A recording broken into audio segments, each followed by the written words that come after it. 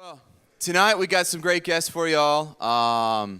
Both local artists here in New Orleans, one of which graduated from this program here.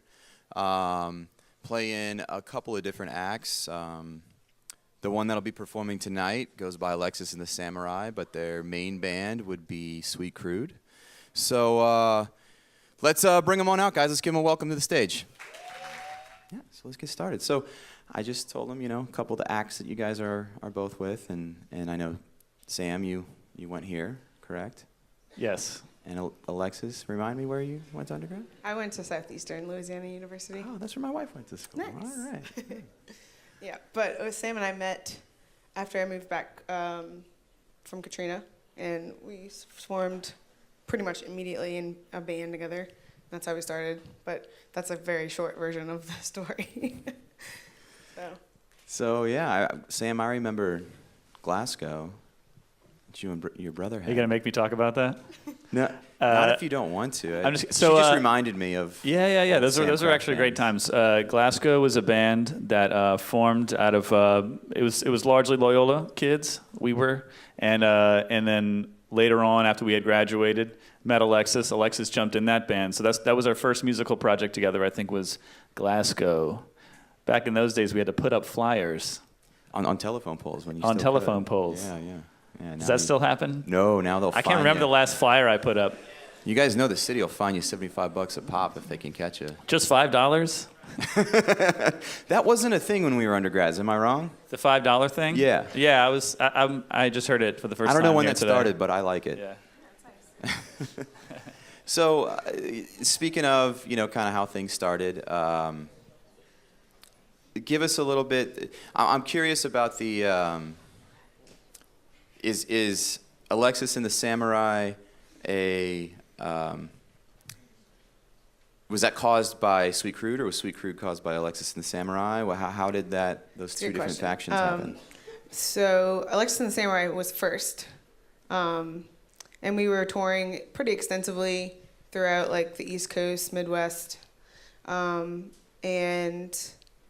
that band started as like it was under my name, Alexis Marceau, first, and then I had like a full band behind me, and Sam played strings or violin on it in that band, and we wanted to tour, and we realized like all of our members were just like local musicians, and they didn't want to leave. They had their gigs that they were like making their rent with, and so Sam and I figured out how to play all of the things. So you just took all the parts from everyone else? Yeah, pretty much. We were like, Okay. we can hold down a rhythm. Like, let's see if we can do this, just the two of us. And so that's what we took on the road. And over the course of a few years, we started doing this like old Cajun song. And Sam and I both come from Cajun heritage, and we put like a hip hop beat on it, and people like really were receptive to it and really wanted to know where to get that song, and we kind of a light bulb went off, and we were like, what if we did this idea where we take the Louisiana French language and we just modernize it somehow, like maybe write music we would normally write but with our friends, and so that's where Sweet Crude came from doing this old Cajun tune with a hip hop beat on it. And so for those of you who don't know Sweet Crude, they partially sing almost every song. It's partial English, partial French, or Cajun French, right? Correct me if I'm wrong. Yeah, it's Alexis did a really good job of telling that narrative, and because the two bands now exist in parallel, so we do Alexis and the Samurai performances, and we do Sweet Crude performances, but it's always the two of us. And in Sweet Crude, there's just 4 more people. But yeah, just 4 more. Just 4 more. Not sometimes, there used to be more. But it's a thing that we and for example, this evening we're going to be playing as Alexis and the Samurai, but we're able to kind of sneak in a Sweet Crude song or two as a duo. So we're going to do our best to do that, I think. But we'll be we'll be sure to tell you which one. Yeah, we'll announce it. It can be confusing. But a big part of Sweet Crude is that it's half in English and half in French. So we wanted to exploit and really represent the bilingual history of Louisiana in a band, But like Alexis said, in the modern context, because so much of French music in Louisiana is traditional Cajun music with accordions and rub boards and fiddles, and then also Zydeco music, which we respect and owe a lot to. But we decided we were going to do our own indie pop thing, but use that old dialect in music. Now, with that said, have you ever noticed any, let's call them nuances, if you will, by having that as part of your music? Is there, having been in other bands and groups that maybe don't have that theme to them, has it made things different as far as any aspect of your business, booking, recording, things like that? Yeah, absolutely. I think that having a certain cultural element to your music opens a lot of doors. Musically, from a songwriting perspective, it's really useful because we use the language as an instrument. We'll go from one thing to another, and the French has a different timbre as the English does. So it's really fun to play with that. Compositionally, it opens doors. In terms of like what we're doing, the cultural mission of that band, which is to take the Louisiana French dialect and put it in a modern context and put that forward. That has also helped us a lot because that's something a little bit unusual. So to have that little unusual feather in your cap, that's been something that's been really important to us. So yeah, it's definitely a totally different thing that we hadn't experienced before in previous bands.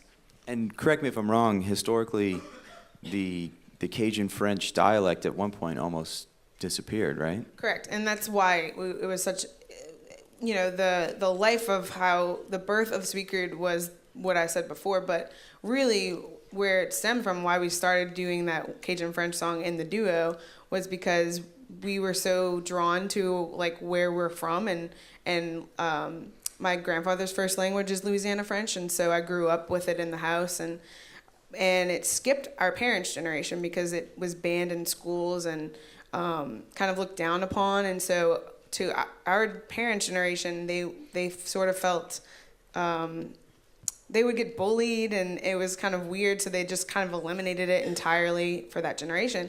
And so it was kind of dying off, and it takes like our group of people and our demographic to revive it in a way. And so there's lots of young people, and this is just like one small part of what we do to try to preserve it, but there are other groups of people that are doing really great things with it too. I know Lost Bayou Ramblers has played a big part in that too. Exactly. Yeah, there's a lot of there's young musicians doing it, but also just like French immersion schools are they're the most prevalent ever in Louisiana, South Louisiana. That's really important for that. And yeah, it's the endangerment of that dialect is something that's inevitable simply because you don't necessarily speak the dialect that your grandparents spoke English. Let's just say that they spoke English. You don't necessarily speak that vernacular. And so just as those things shift culturally, so does this Louisiana French dialect. It just happened to stay so much, have some similar characteristics for so many years. And then, but now it's in a stage where we can look at it as this thing that's just this weirdly preserved culture that has managed to survive inundation of media and economy and all these kind of things. It managed to fight off a lot of those influences to stay a certain way. And so that's why it's so storied and fascinating for people to look into and for us to be something for us to be proud of, I guess. I absolutely. I think it's really cool and fascinating. And I highly recommend, if any of y'all haven't checked out the Fedodo stage at Jazz Fest, you'll see acts there that you'll only see there once a year at this point. And they come out from Cajun country, and that's the one gig they still get out there and do. And man, it's just fun, awesome, interesting music. So I always highly recommend. That's where I first started working at Jazz Fest, and so I've got a little soft spot for it, man. I love that stage and all the people over there. It's incredible. That was our first stage we played as Sweet Crude, but now we moved to Gentilly, which is fun because that means we are doing our mission, which is preserving it in a modern way. So we started with, that stage, and that was a big deal for us when we got that gig, and then now we're on like a more, a stage that has all kinds of walks of life on it.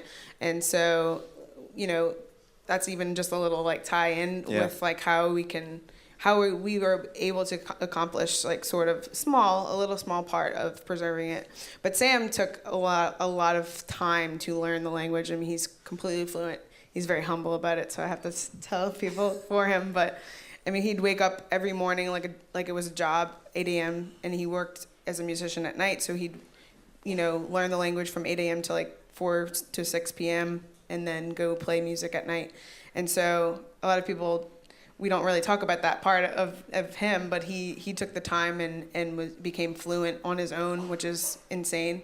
But he's sort of our spokesperson because of that, and it's incredible to have like someone that's able to be bilingual like that in the band. And I can speak a little bit, but I grew up singing in it, so that's where my strength is. But his is he can be the interviewer. He can, when we go to places like Canada or when we go to France in February, he's going to be that guy that's going to be talking a lot, But it's because he took the time and was so focused on that was his mission, and we all got behind him. But it's pretty awesome that he did that, That's very cool. If you don't mind, Sam, can I ask, did you do any like immersion kind of trips out to Cajun country to get there?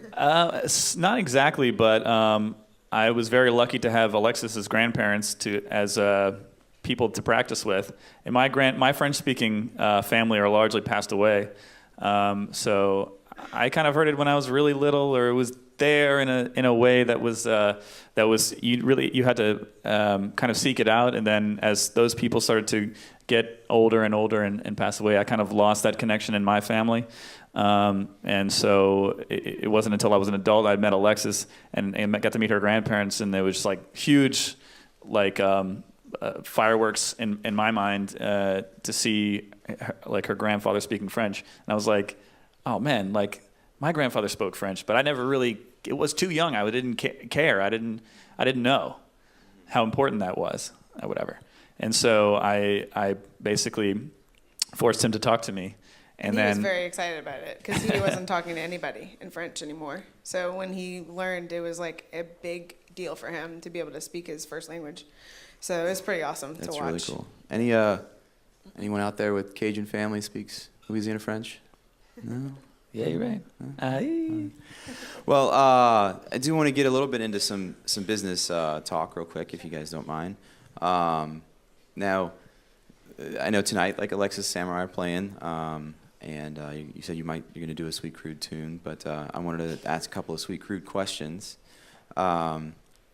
Big one that I recently have been informed of is you guys have recently signed a new record deal, right? Correct? Yes. That's with Verve. Okay. Yeah. And that's part of Universal? Yeah, Universal Music Group. Yeah, we're so excited. So your manager was filling me in a little bit on some of that and mentioned that your prior record label was, the name's escaping me, but Rhyme and Reason. Rhyme and Reason, a truly indie label, correct? And you guys just recently, Verve is still an indie, but it's under one of the majors. So, some people, I'm sure a lot of people in this room kind of have a certain feeling about, majors versus indie and stuff like that.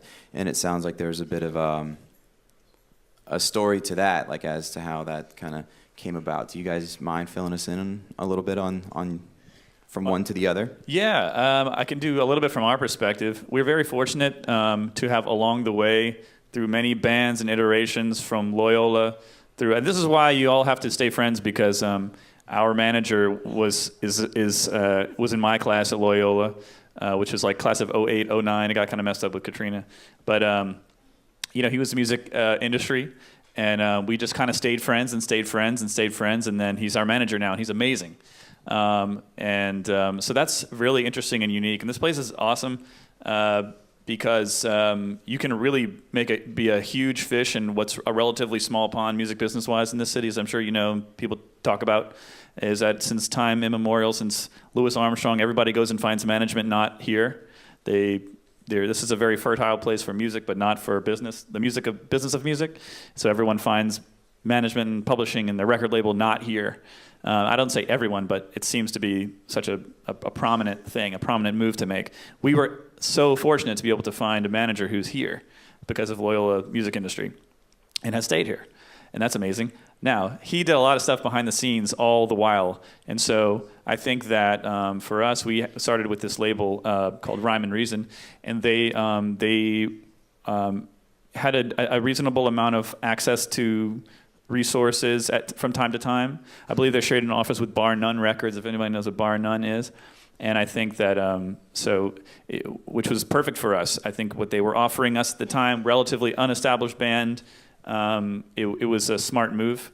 I think that they were a small, very small team, you know.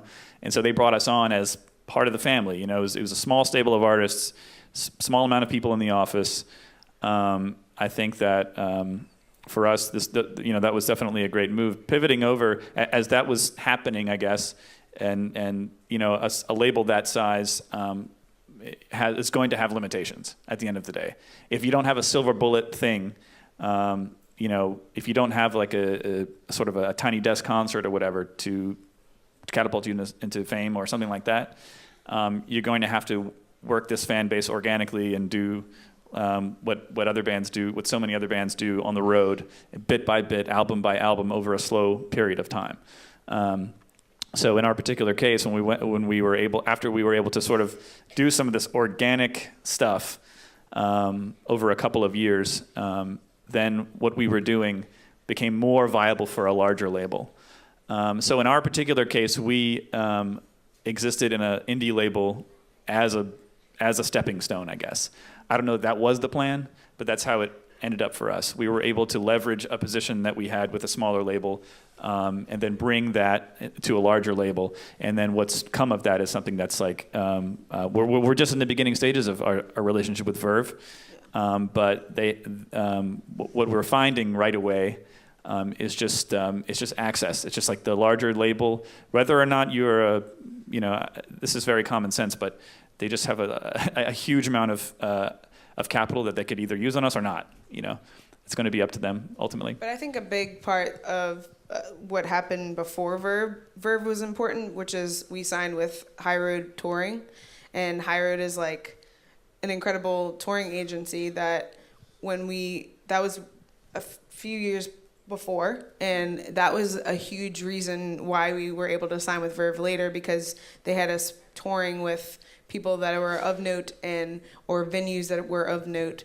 And so that was a big aspect that we kind of forget about. Like, well, we were touring for many years before this happened, and it was because we had such a great agency, you know. And I'm familiar with High Road, close to the folks over there, and I know that amongst some of the more boutique or indie, if you will, agencies, they seem to still really care about growing their clients, rather than kind of churn and burn, as you see a lot of the other agencies do. Yeah, they really care about their artists, and actually Alexis and the Samurai just signed with High Road too, so both bands are under that umbrella, and so we are able to, when we release things, we know we're in good hands. And because right now, I mean, in 2018, let's be real, like the way an artist makes money is to tour. So or some sick licensing deals. Or getting some stuff in some commercials. But other than that, like, you really have to, put pedal to the metal. And like, we have such an amazing agency behind us. And so I think that's when Reed came to us. Reed is our manager. Reed is our manager, and he was here last week. Oh, okay. He was interviewing someone for us. Yeah. But yeah, when he came to us, we decided, okay, well, we have to put a dream team together. Who's our dream team?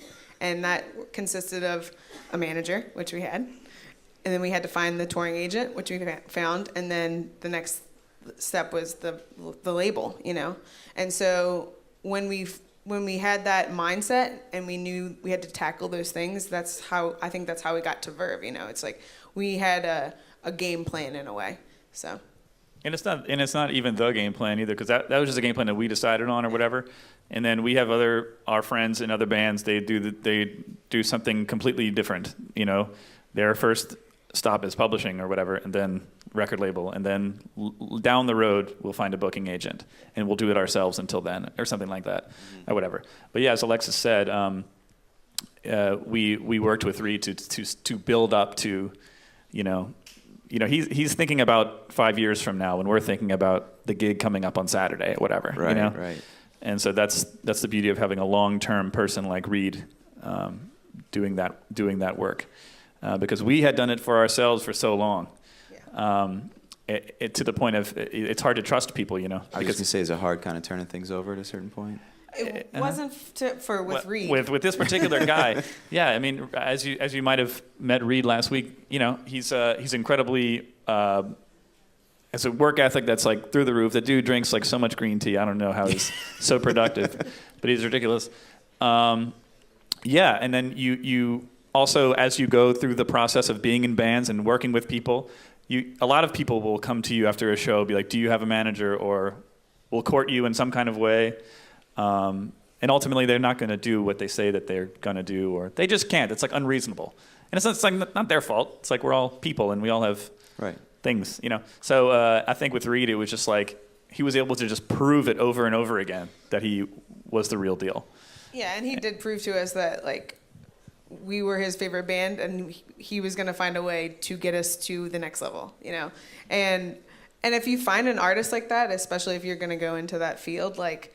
And you find an artist that you believe that much into, like, show them that you do somehow, because he really did. I mean, he courted us we were friends, so we also had that friend label that we were like, oh, you're just our bud from college, But it took a few, times for us to be like, okay, well, let's go have coffee and talk about this, and then it was pretty instant after that. So, but yeah, I think. It's really making a game plan with somebody if you're an artist or if you are the manager type person in the industry. Like, I think having a game plan is so important, and or just some kind of strategy, Absolutely. Well, let's move on to the next portion and have you guys give us a little example of what you do. Okay.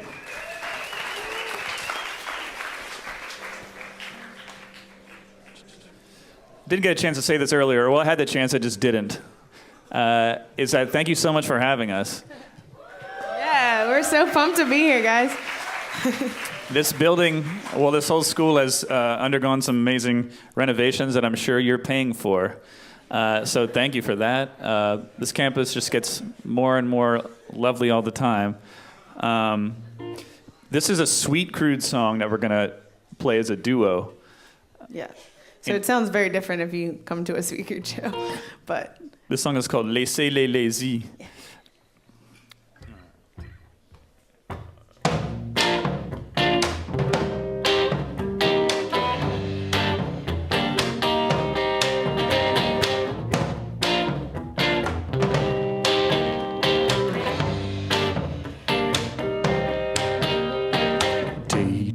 Fever, think I'm getting heavy, heavy as confetti, spreading out like stars in the wind. Laissez-les lazy, mourir seul. Sounds like, ooh, I think I love you. Too much does it bug you? Non, je connais que tu m'aimes aussi. Laissez-les lazy, mourir seul. Go on, go on. Here's your chance. Go on, go on. The door is wide open. Go on, go on. Here's your chance. Go on, go on. The chance to start over.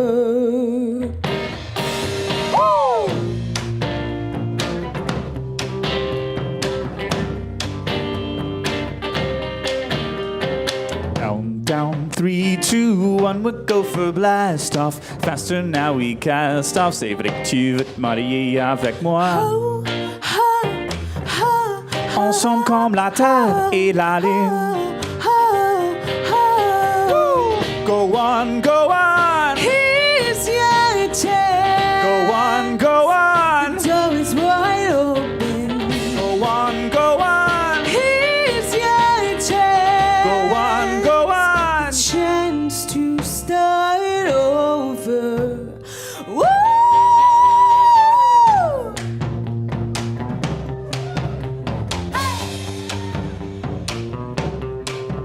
Des amants, vive la vie dans des moments. Crions pour les bantons, crions pour les bantons. Daydream fever, think I'm getting heavy, think I'm getting heavy, think I'm getting heavy. Daydream fever, think I'm getting heavy, think I'm getting heavy, think I'm getting heavy. Daydream fever, think I'm getting heavy, think I'm getting heavy, think I'm getting heavy. Daydream fever, think I'm getting heavy, think I'm getting heavy, think I'm getting heavy. Thank you.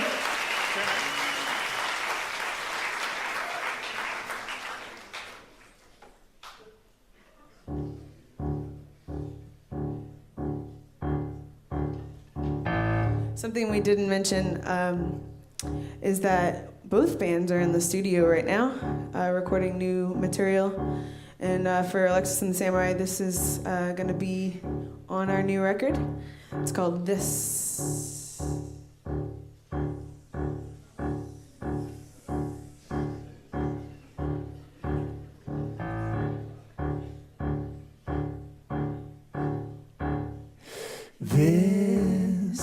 This is how it begins. With a touch, with a wink, with a grin. This listening for dropping pins. One of us will lose, one will win.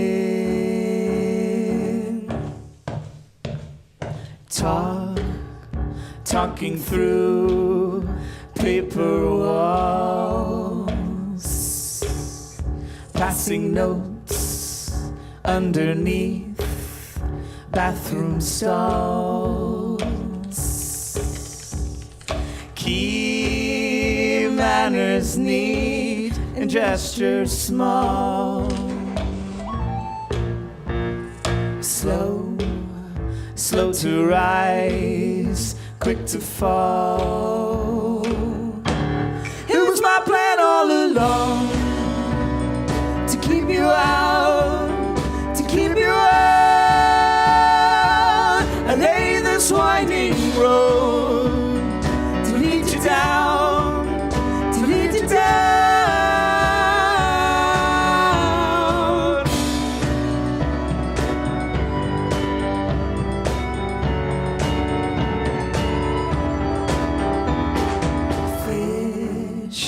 In a tank always bites. Drop little hints from great heights, as subtle as a cannonball.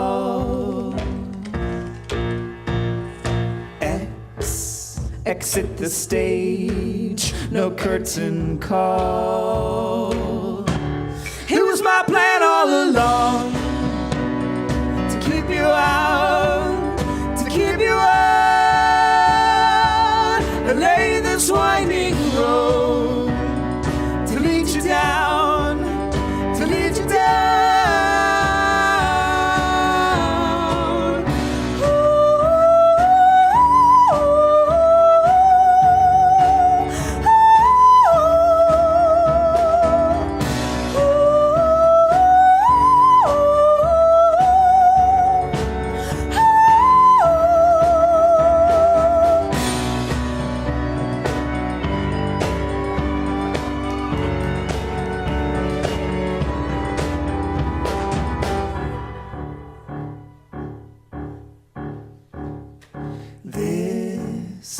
This is how it will end.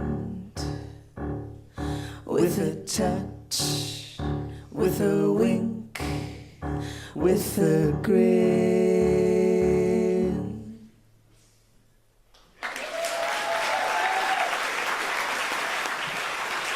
That was good, guys. Good job. Nice hissing.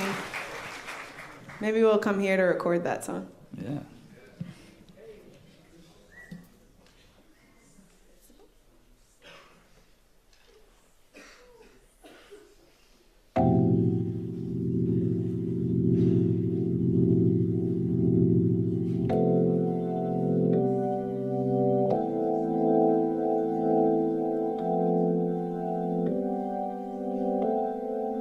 I'm dropping Bibles out of airplanes, winning disciples down below.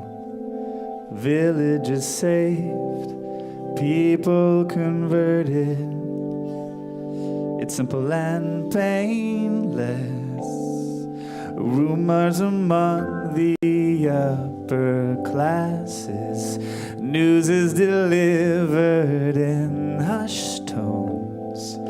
Minds are depraved, hearts are perverted. They're crippled and brainless. You've been out late, lately, don't come home. I don't want you at in hands, begging forgiveness, trying to make me understand. You're my invisible man.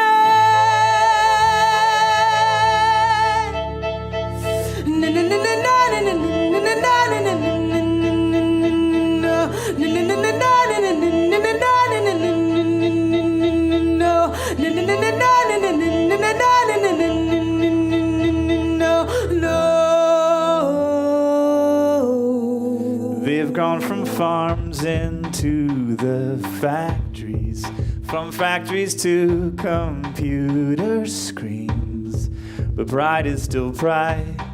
The more things have changed, the more they're the same thing. You've been out late, lately, don't come home. I don't want you acting hands, begging forgiveness, trying to make me understand. You're my invisible man.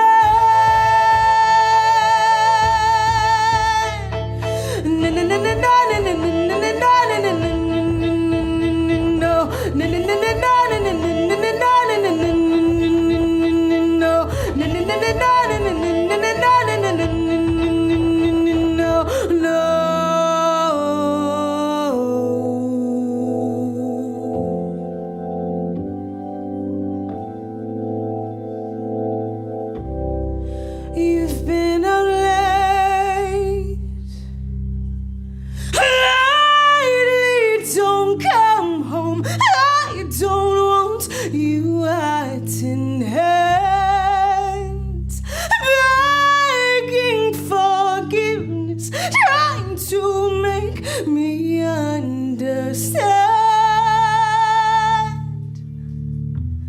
You're my invisible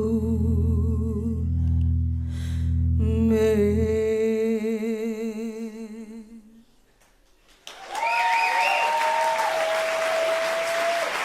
Thank you. Thanks, y'all.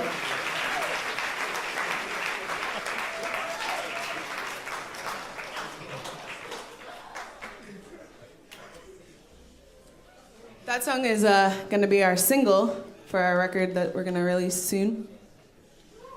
So keep an eye out for that.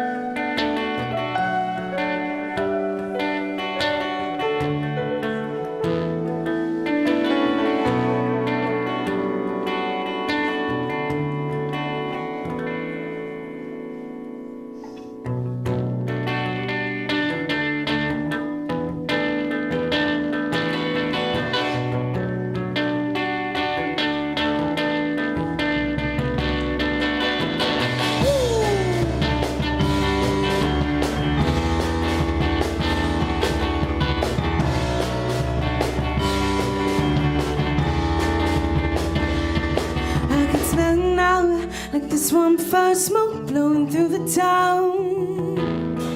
I can cough it out, but it won't show weakness, so drink it down. Just give me a taste. Give me a mouthful, it's not enough. Spit in my face. Give me the bad, the ugly, the hard, the rough. Give me something I can use. I'll give it up.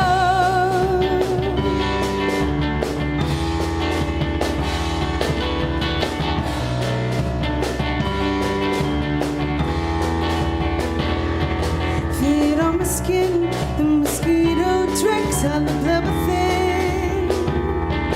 I won't smash it in, I'll just let it freeze like it's not a sin. Just give me a taste. Give me a mouthful, it's not enough. Spit in my face. Give me the bad, the ugly, the hard, the rough. Give me something I can use. I'll give it up.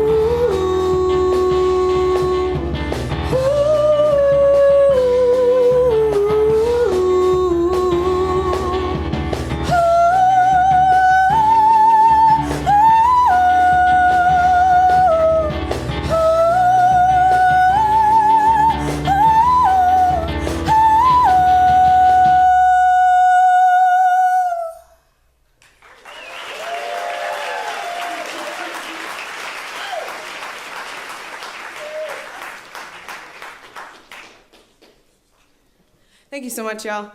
We're gonna play one more. That's cool. Cool. Thanks, y'all, once more for having us. Thank you. We are playing at DBA this Thursday. I don't know can we say that? If you want to come check it out, and it's only $3. Free dollars. Free. But yeah, please. This program is really amazing, and it's always getting better. So absolutely, I mean, this my unsolicited advice is just like stay friends with everybody, and take advantage of this amazing facility. I say that now, looking back on my time here, and I don't think I used it well enough, and I'm incredibly fortunate. So just think of the possibilities. Anyway, that's it. Once again, we are Alexis and the Samurai / Sweet Crude, and this song doesn't have a name yet, does it? I don't think so. But we'll leave it to y'all to name this one.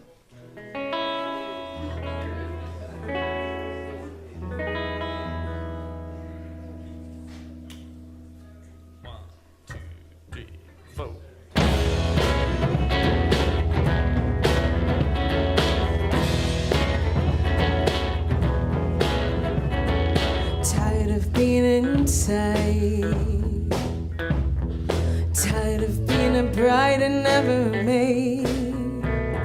But I'm going crazy for sunshine, sunshine, sunshine. I got a taste on my lips. I gotta chase down the fix I can't get enough of. And I know that love can be unkind, unkind, unkind. Oh, one day I'll be looking out the window asking where did I go right? Oh, you can be my friend if you believe in lust at first sight.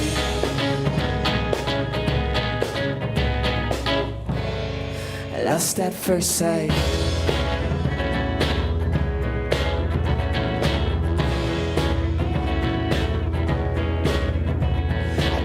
feelings under this shirt. I can't Linger on this earth for very much longer. I'd sing you a song, but I'm tongue-tied, tongue-tied, tongue-tied. Oh, one day I'll be looking out the window, asking where did I go right? Oh, you can be my friend if you believe in lust at first sight.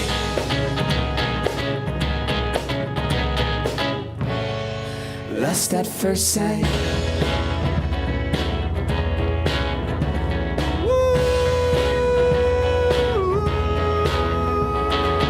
Tired of being inside. Tired of being a bride and never a maid. But I'm going crazy for sunshine, sunshine, sunshine, sunshine, sunshine, sunshine.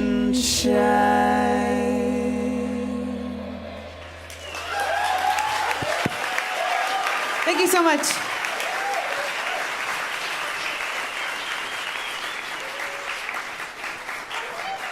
All right, we'll go ahead and open it up to some questions from you guys. So. Hey guys, I was just curious, like, what were some things that you wish you had done differently, or like, what were some mistakes that you had made, like, in the beginning of your career to where you are now? Ooh, I have some of these, for sure.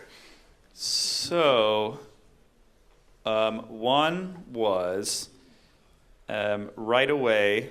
I wished that I had known about, like, for example, website. Have a website, like an actual website. That's not social media, because those come and go. You'll pour all of your heart and soul into MySpace, and then it'll go, and then you have to reset and reset and reset. But your website is evergreen. Another thing that I would definitely go back and tell young Sam coming up in the world is that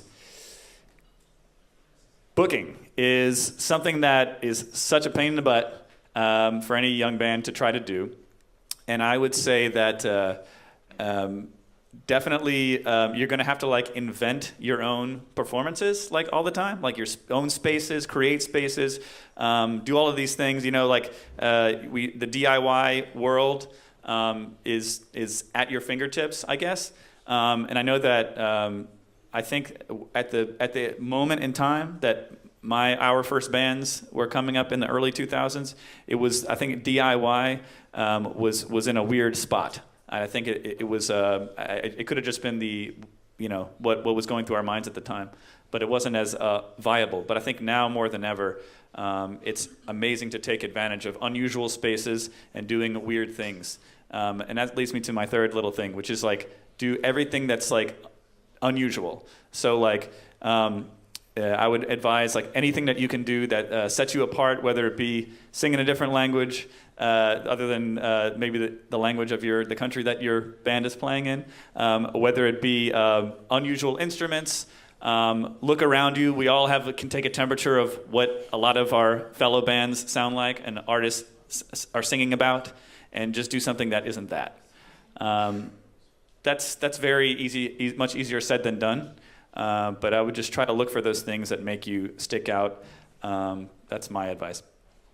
I agree on all those points. But I also wish someone would have told me to not give a crap about what other people think when I was younger, because I did.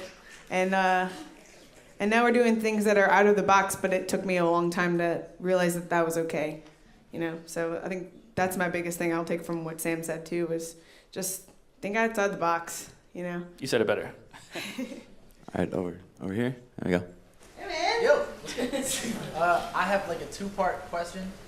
First of all, what the hell is that drum right there? Great question. So this is called a cocktail kit. Whoa, chill.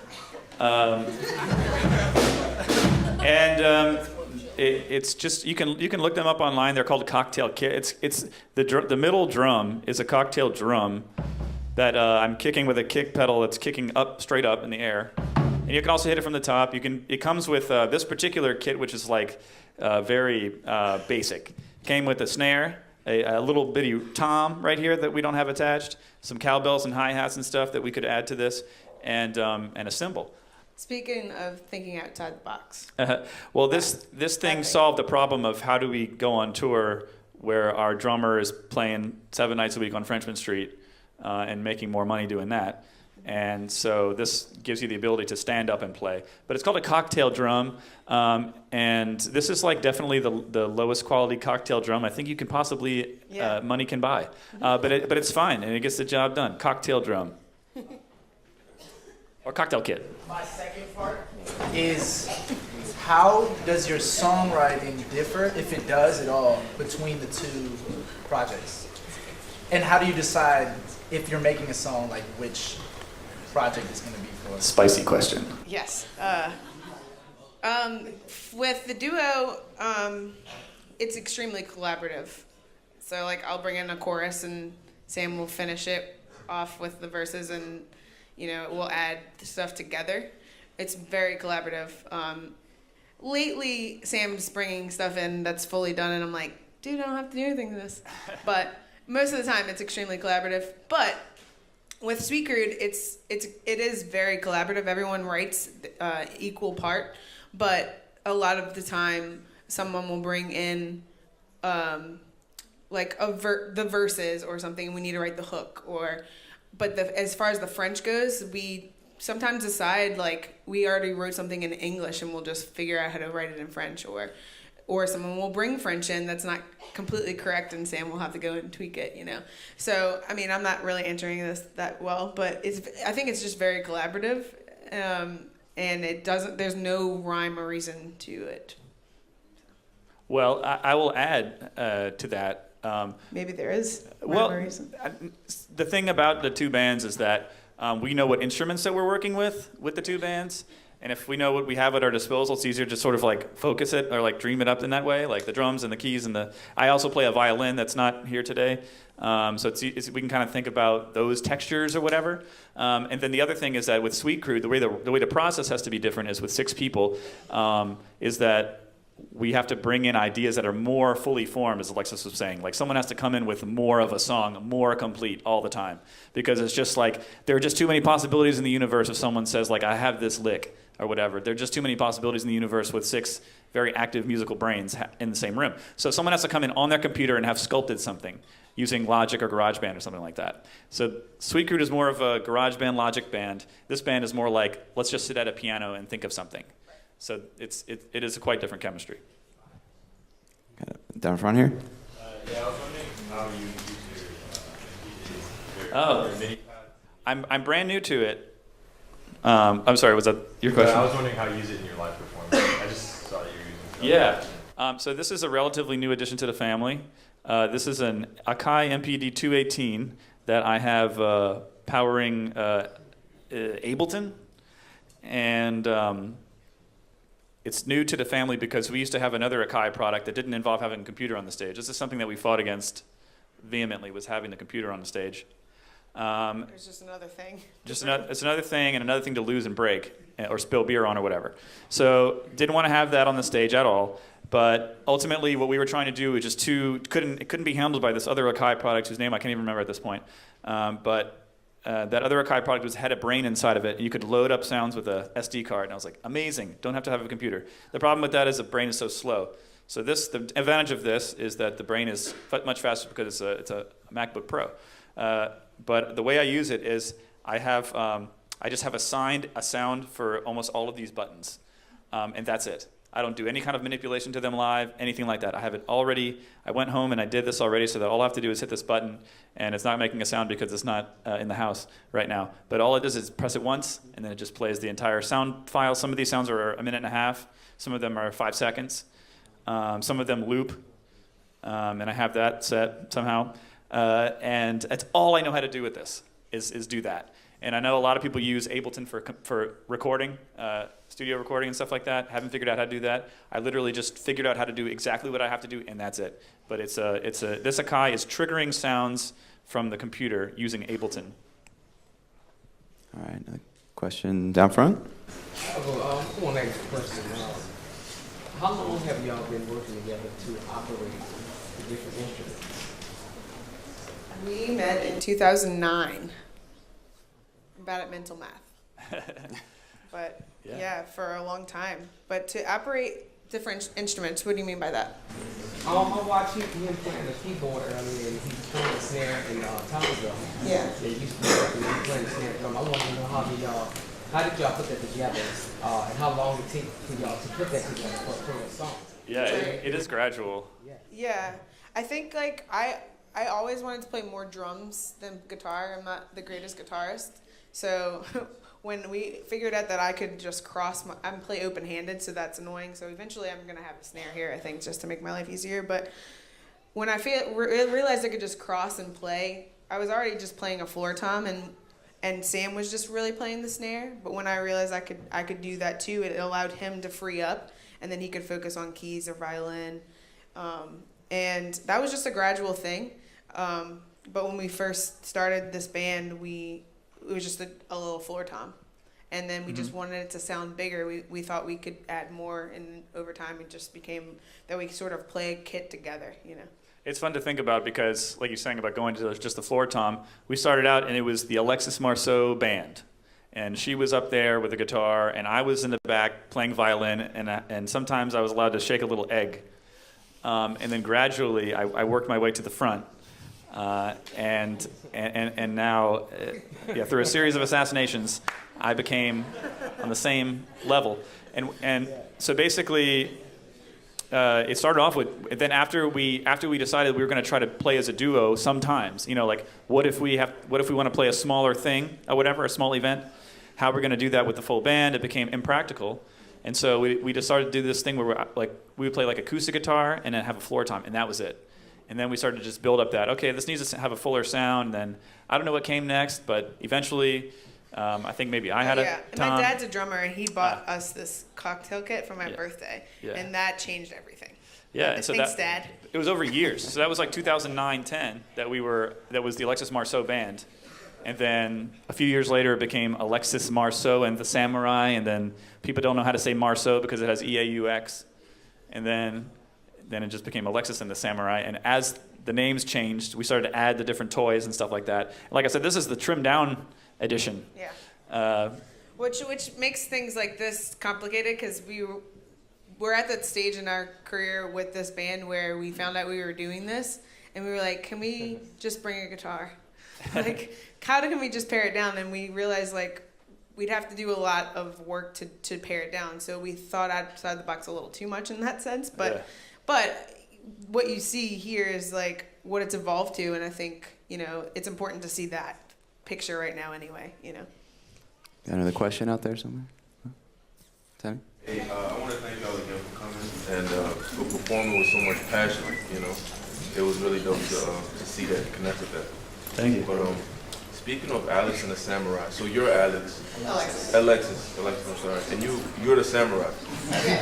So where did you come up with that name, and how does it apply to your live performance? That's a behind the scenes VH1. Behind the music, in front of the music. But yeah, behind the music. Sam is, his name's Sam, so Samurai is a play on words. But also in our old band Glasgow that we mentioned at the very top of the interview earlier, there was a song called Samurai, and it played on his name and his brother Jack's name, and talked about a samurai sword and a jackknife. And so it's sort of I love it because it goes back to the beginning of our musical friendship, like that song, I played in that band, but I was kind of like the side person, and then we formed this band together. And so it's sort of like a little trail to where we are now because that song existed so long ago. So. Yes. So let's take one more. Is there one more out there? No? All right. Well, all right. Let's give it up for Alexis and Sam one last time. Thank you so much.